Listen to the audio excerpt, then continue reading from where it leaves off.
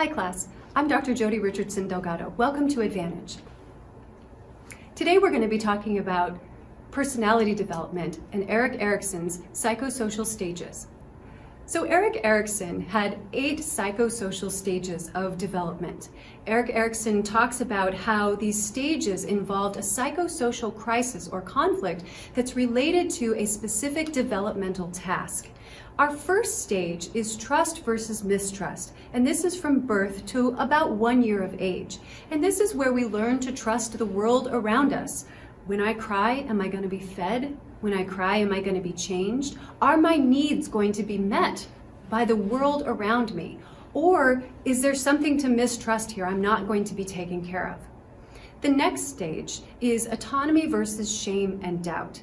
The crisis or conflict that we have to deal with in this stage is learning autonomy, or do we learn shame and doubt for when we are trying to do things on our own? Often during this stage, you'll see infants and toddlers say, I do it, right? They're trying to gain that autonomy for themselves, initiate things, which is the next stage where initiative versus guilt comes in. So we start to see that at the end of that autonomy versus shame and doubt. We start to see children really wanting to take initiative on their own, or do they start to feel guilty for trying to do things on their own?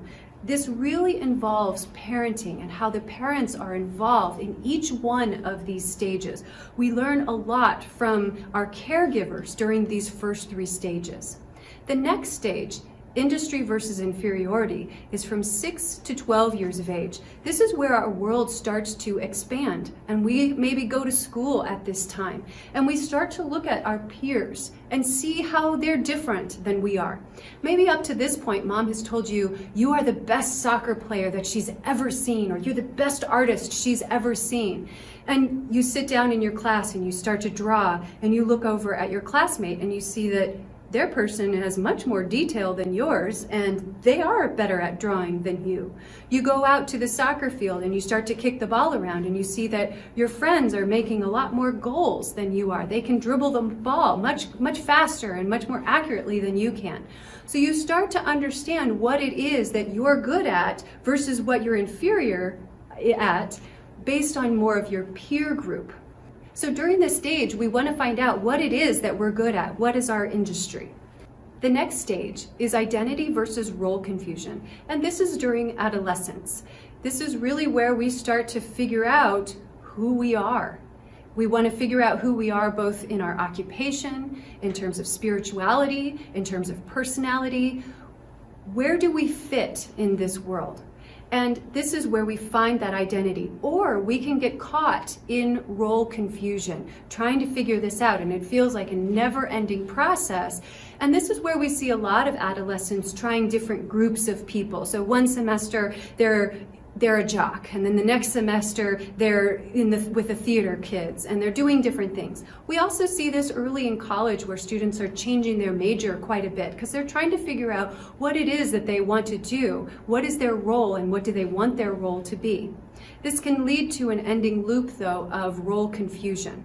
However, it's important to try these different roles because we have something called foreclosure. And if we foreclose too soon on our identity, this can cause problems later on. As many of these crises, if these crises are not resolved in each one of these stages, these crises can cause problems later in later stages in our life. And this is one where we see if we stay in role confusion for a long time, it's hard for us later in life.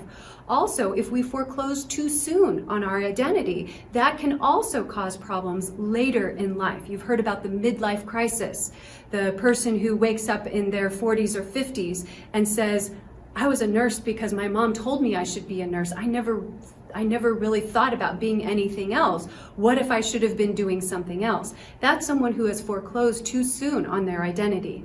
Or you see someone who is in their 40s and 50s and still can't figure out what their role is or what they want their role to be. The next stage is intimacy versus isolation. And this is the young adult stage, according to Erickson. He really didn't give an age during this time. What he was talking about was really these intimate relationships that we have. And he was talking mainly about marriage. But This also involves close friendships. Who is it that you are going to allow close to really get to know you? Or are you going to remain isolated and really not allow people to get to know you very well? The next stage is generativity versus stagnation. This is middle adulthood. And this is where we kind of look at our lives and we see, how am I generating? How am I contributing to the world around me? We start to want to leave a legacy for the next generation. So this is where you might see managers in a company taking on mentees or really helping out others who are new employees in a company. Or you might see people in their churches or synagogues really taking on some of the new members and helping them with their religious journey. This is all part of generativity. Or we become stagnant to where we really don't generate in the world around us and we feel very stagnant. The last stage is ego integrity versus despair. And this is the end of life.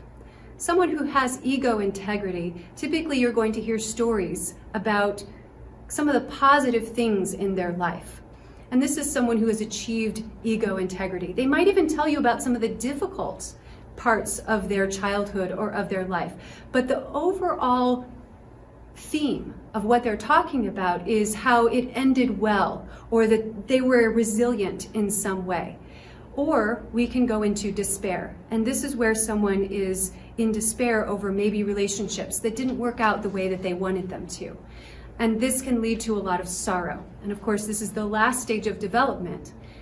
You might listen to your grandparents' stories and kind of hear what they talk about. And if they talk about, mainly positive things, we're talking about ego integrity. I hope this video has helped. Thanks for watching. Please click on the Advantage logo to subscribe.